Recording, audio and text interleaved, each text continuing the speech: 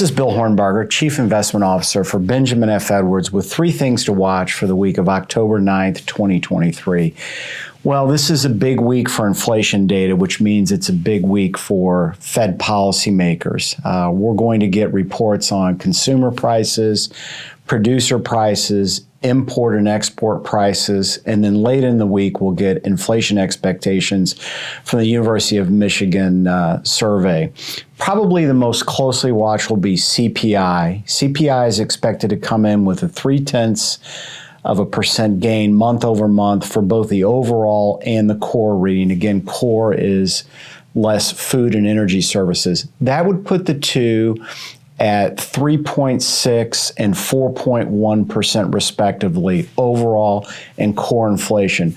So the Fed's made a lot of progress on inflation, but it still remains above their target level, which is around 2% for core inflation. And I think these readings will be very important as we head into the next FOMC meeting at the end of October, October 31st, November 1st.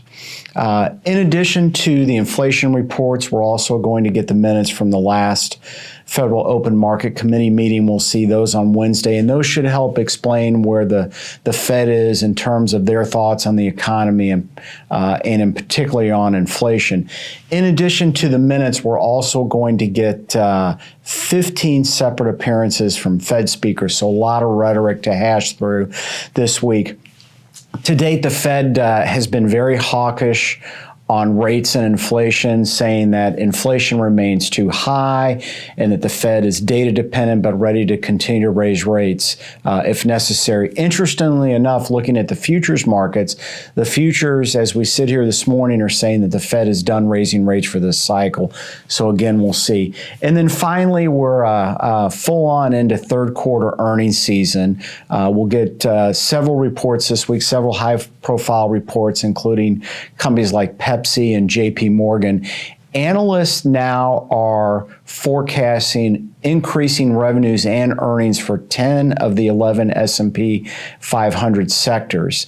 And in particular, we're going to be very interested to watch what's happening with the food and food-related earnings. There's been a lot of talk, and we'll probably see some of this in the Pepsi earnings, about the impact of the new weight loss drugs on those particular sectors. So something that we'll be paying close attention to as we work the earnings reports this week.